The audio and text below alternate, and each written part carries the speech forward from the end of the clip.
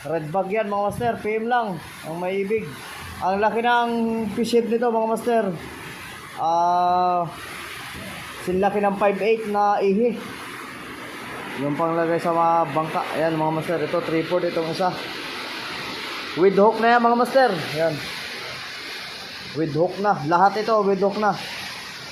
May mga hook na yan mga yan.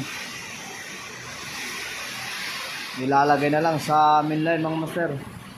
Ito yung pangmasimasi kong malupit. Ayan.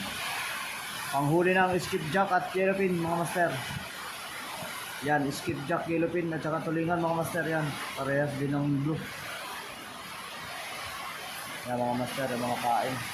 Ito, pabigat ng raay mga master. Yan, yung clip.